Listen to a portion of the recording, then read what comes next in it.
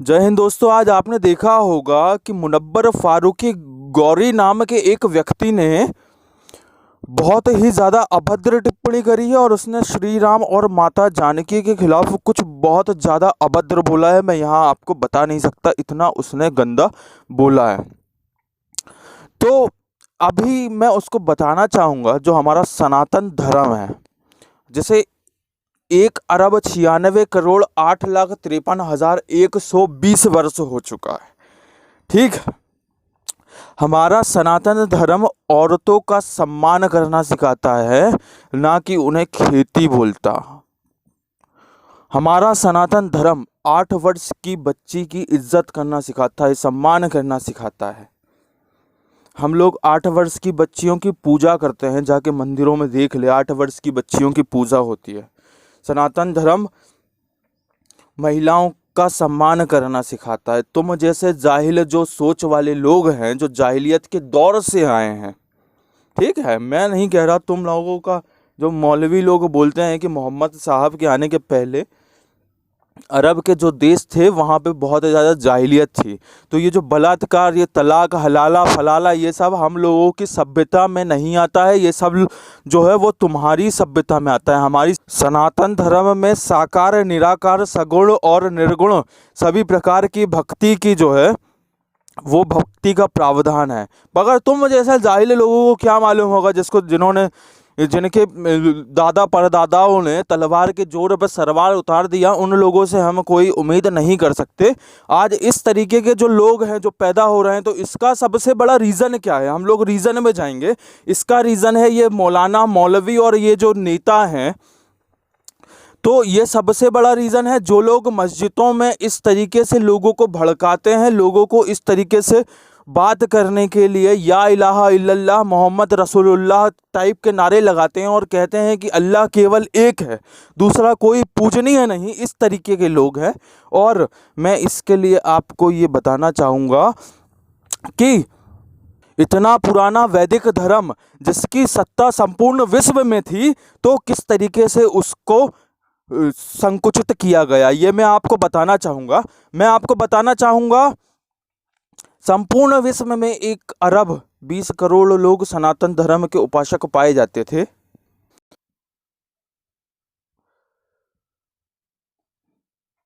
आप लोगों को मालूम होगा मोहम्मद साहब की पहली पत्नी थी जिनका नाम था खदीजा, और जिनकी उम्र लगभग मोहम्मद साहब से 20-25 वर्ष बड़ी थी। और उनकी मृत्यु के बाद मोहम्मद साहब ने शायद 13-14 शादियां करी। उसमें जो अंतिम शादी हुई, तो वो उन्होंने 8 वर्ष की, 9 वर्ष की एक बच्ची आयशा के साथ उनका विवाह हुआ। और आयशा के साथ विवाह होने के बाद जो उनकी पहली पत्नी खदीजा थी, सुनिएगा ध्यान से, उनकी पहली पत्नी जो खदीजा थी, उनके पति, उनसे एक पुत्री हुई, उनका नाम था फातिमा।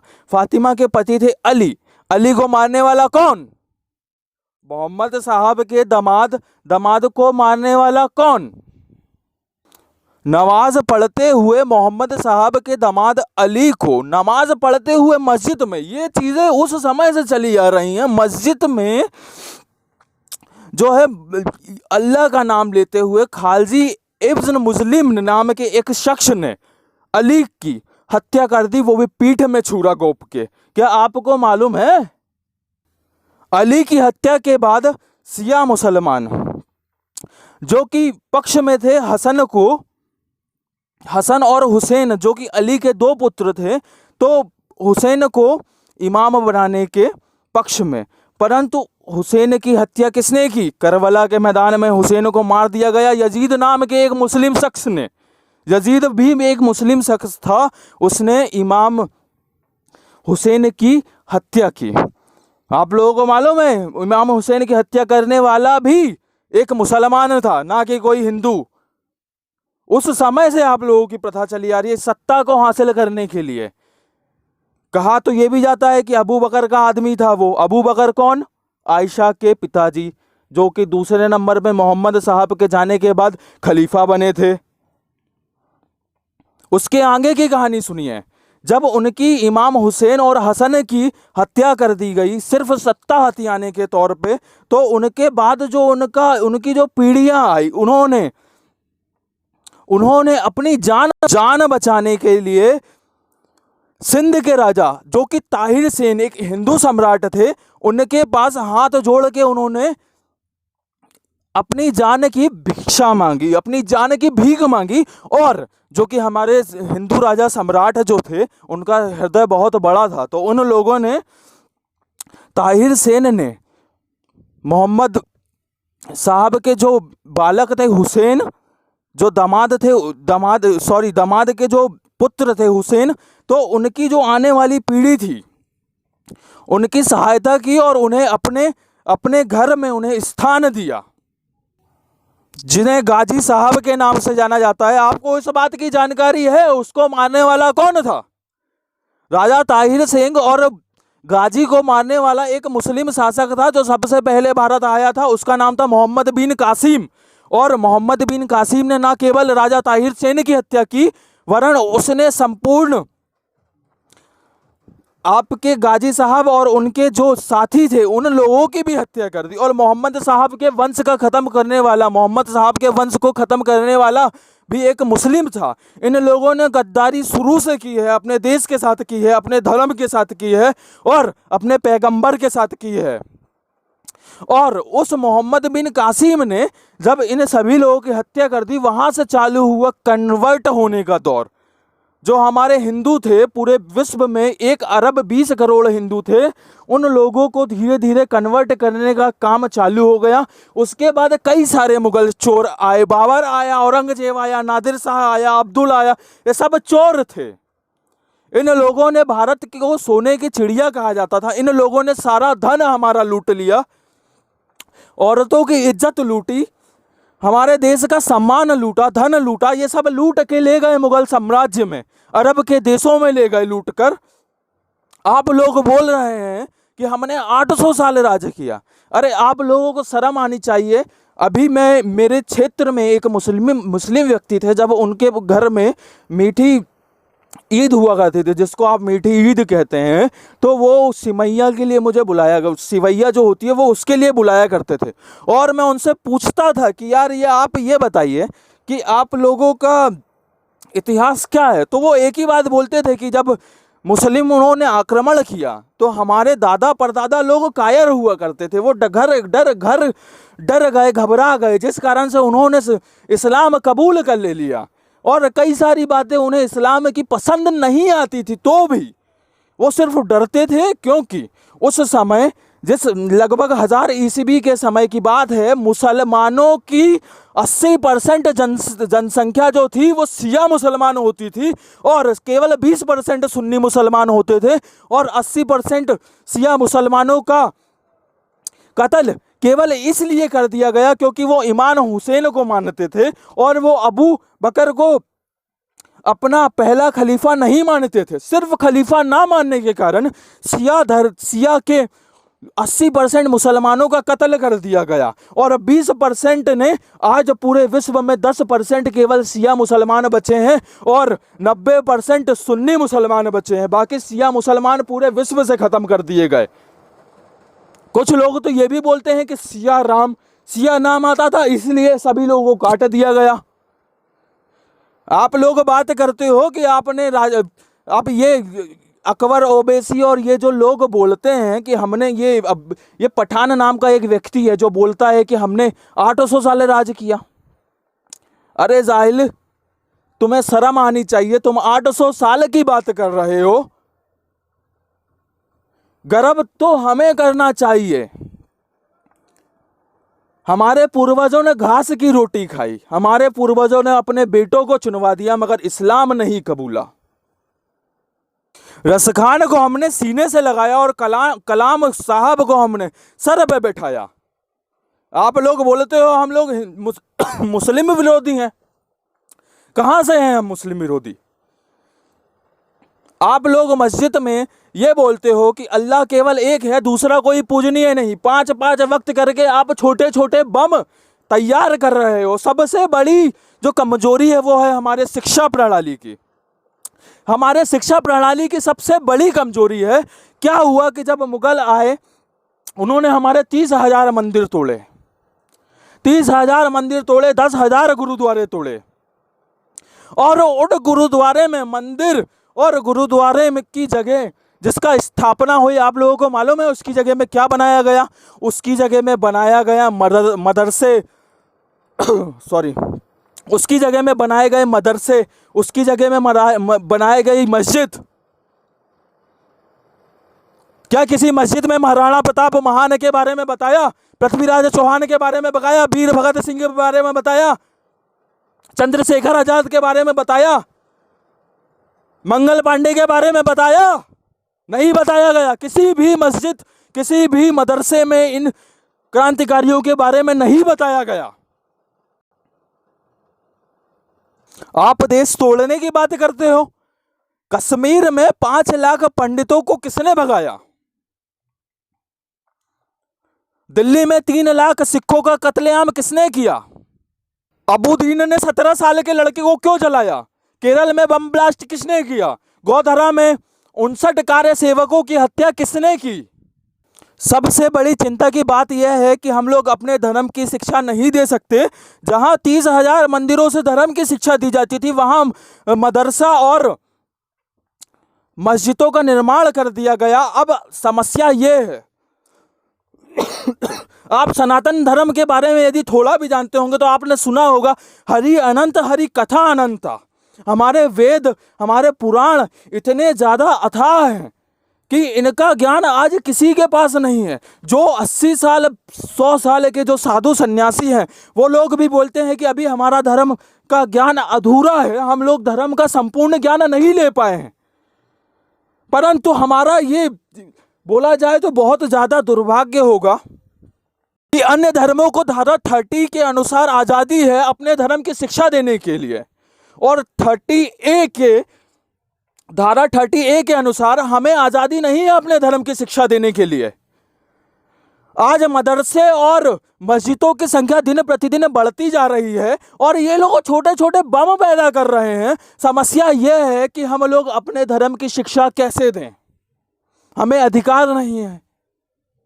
हिंदू मंदिरों का जो संपूर्ण पैसा है वो गवर्नमेंट के पास जाता है। मुस्लिमों के मदरसे और मस्जिदों का पैसा क्यों नहीं जाता? दरगाह का पैसा क्यों नहीं जाता?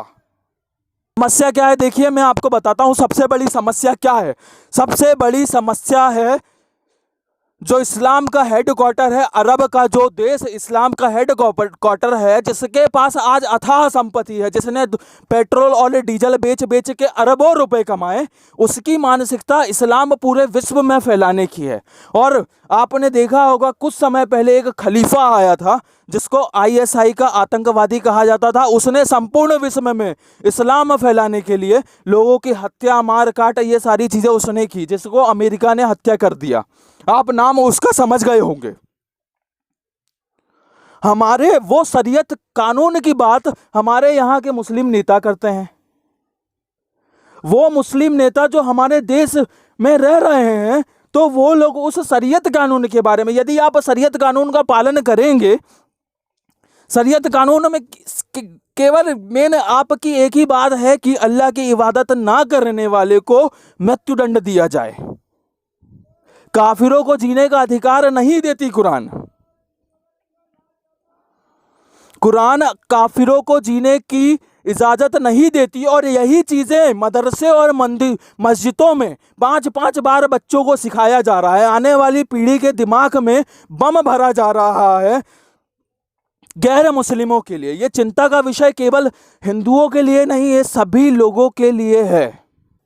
सिख, जैन, सभी धर्मों के लोग हमारे देश में रहते हैं और सभी लोगों को हमने सर पे बिठाया है, सभी को सम्मान दिया है, सभी को सर पे बिठाया है। ये देश सभी का है। पर मुस्लिम देश शरीयत कानून की बात करते हैं। यदि आप शरीयत कानून की बात करोगे तो हम लोग कहाँ जाएंगे? आपके पास 56 मुस्लिम कंट्रियां हैं और हमारे पास केवल एक हिंदुस्तान। हम कहाँ जाएं? हम कहाँ जाएं? आज आप दिल्ली बर्बाद करना चाह रहे हो, केरल, आप बंगाल को आपने बर्बाद कर दिया, आप देश का विभाजन फिर से करना चाहते हो। हम देश को इस बार टूटने नहीं देंगे। भारत का जब पाकिस्तान से विभाजन हुआ था, उस समय एक शर्त थी कि जो लोग भारत में रुकेंगे उनको भारत के संविधान का पालन करना होगा, अन्यथा जो लोग पाकिस्तान जाना चाहते हैं वो लोग चले जाएं। आप लोगों ने स्वीकार किया था ना कि आप भारतीय संविधान का सम्मान करेंगे, आप लोगों ने स्वीकार किया था ना, तो आप लोग क्यों नहीं कर रहे हैं? क्यों चाह रहे हैं देश को फिर से एक बार बांटना? जब तक इस तरीके की मदरसे और मस्जिदों की संख्या पे बैन नहीं लगेगा तो इस तरीके से गैर मुस्लिमों के साथ अभद्रता होगी और इस तरीके से गैर मुस्लिमों के धर्म का अपमान किया जाएगा। इस तरीके से ये लोग, इन लोगों की गलती नहीं है, गलती है हमारी शिक्षा पद्धति की, जिसमें केवल सनातन धर्म की शिक्षा का ज्ञान लोगों को नहीं दिया जाता। आज मेरी आयु 23 वर्ष है, मैं सनातन धर्म की शिक्षा लेना चाहता हूं पर नहीं हो पा रहा। सबसे बड़ी हमारे देश की समस्या यही है कि शरीयत कानून की बात होगी तो आप केवल इस्लाम की बात करेंगे, आप विश्व में इस्लाम का प्रचार करेंगे, आप इंसानियत की बात नहीं कर रहे हैं, आप गैर मुस्लिमों के जीने की बात नहीं कर रहे हैं, उनके हक की बात नहीं कर रहे हैं। आप देश को बांटना चाहते हैं, देश को तोड़ना चाहते हैं। ये केवल वह मुस्लिम नेता कर रहे हैं जो लोग अपनी रोटी पकाना चाहते हैं धर्म के नाम पर। आज विश्व में शिया मुसलमानों की इतनी गंदी हालत का जिम्मेदार कौन है? केवल मुसलमान, सुन्नी मुसलमान, ना कि कोई हिंदू। हम लोग एक मक्खी नहीं मारते। बहुत प्रसन्नता होती यदि चंद्रशेखर आजाद, सुखदेव, राजगुरु, मंगल पांडे, रामप्रसाद बिस्मिल जैसे क्रांतिकारियों के बारे में आपके मदरसों में पढ़ाया जाता, आपकी मस्जिदों में सिखाया जाता। पर मेरे देश का दुर्भाग्य है कि जो लुटेरे आए, जिन लोगों ने देश को लूटना चाहा, देश की संस्कृति तबाह करना चाहिए, उन लोगों को आप महान बोलते हो क्योंकि आपके पूर्वजों ने धर्म परिवर्तन कर लिया। केवल इसलिए मेरे देश को तोड़ना चाहते हो। संविधान की धारा 19 के तहत मैं स्वतंत्र हूं अपना मत रखने के लिए, और मैं अपना मत बिल्कुल रखूंगा, हर जगह रखूंगा कि भारत में सनातन धर्म की शिक्षा भी दी जानी चाहिए, क्रांतिकारियों की शिक्षा दी जानी चाहिए। शरीयत कानून की बात यहाँ नहीं चलेगी। यह अरब का देश नहीं है, यह भारत है। भारतीय संविधान के हिसाब से आपको कार्य करना होगा। और ये जो लोग बोलते हैं 15 मिनट के लिए पुलिस हटा लीजिए, 800 साल हमने राज किया है, तो ये लोग समाज को भ्रमित करने का काम कर रहे हैं। मगर जनता को इतनी समझदारी होनी चाहिए कि ये लोग क्या बोल रहे हैं और किस स्वार्थ से बोल रहे हैं। मोदी या तो राहुल गांधी ये किसी की भी प्रशंसा करके अपनी राजपाट नहीं चला सकते, इसलिए ये लोग राष्ट्र विरोधी बातें करते हैं। आपने एक चीज और देखी होगी, एक मुंबई से एक एजाज खान नाम का व्यक्ति है, उसने हमारे जो राष्ट्रवादी पत्रकार हैं अर्णव गोस्वामी, रजत शर्मा, रूविका लियाकत, इन लोगों के बारे में कितनी अभद्र टिप्पणी कर रहा है। कह रहा है कि इनके माता पिता, इनके परिवारजनों को कोरोना हो जाए। अरे तुझे शर्म आनी चाहिए। किसी के बारे में, किसी के माता पिता, क्या तुम लोगों को यही सिखाया जाता है? टोपी लगा के यही चीजें सीखते हो क्या तुम? 5 करोड़ शिया मुसलमान भी तो हैं, वो लोग तो नहीं करते गैर मुस्लिमों के खिलाफ बातें। भक्त बोलते हो तुम, भक्तों को गाली देते हो। अरे तुम्हारी जुबान, तुम्हारी औकात है कि तुम सनातन धर्म की शिक्षा प्राप्त कर सको? तुम्हें कुछ मालूम है? क्या है तुम्हारा इतिहास? कोई जानकारी नहीं तुम्हें। मैं ईश्वर से कामना करूंगा कि रूबिका बहन, रूबिका लियाकत, अर्णव गोस्वामी, अकबर और ये रजत शर्मा, इन सभी लोगों के माता पिता की दीर्घ आयु हो, मैं ये ईश्वर से कामना करता हूं। और सरकार से भी मैं निवेदन करता हूं, जल्द से जल्द जो शिक्षा प्रणाली है उसका सरकार यदि कुछ निवारण नहीं करेगी तो हम लोग गर्त की ओर जाते जाएंगे। अभी जो हमारे जो छोटे छोटे आने वाली जो पीढ़ी है उनके मन में जहर ना भरा जाए। भारत तेरे टुकड़े होंगे वाले नारे ना लगाए जाएं, इसके लिए शिक्षा पद्धति को कुछ विशेष तरीके से बदलाव करने की आवश्यकता है। जय हिंद, जय भारत।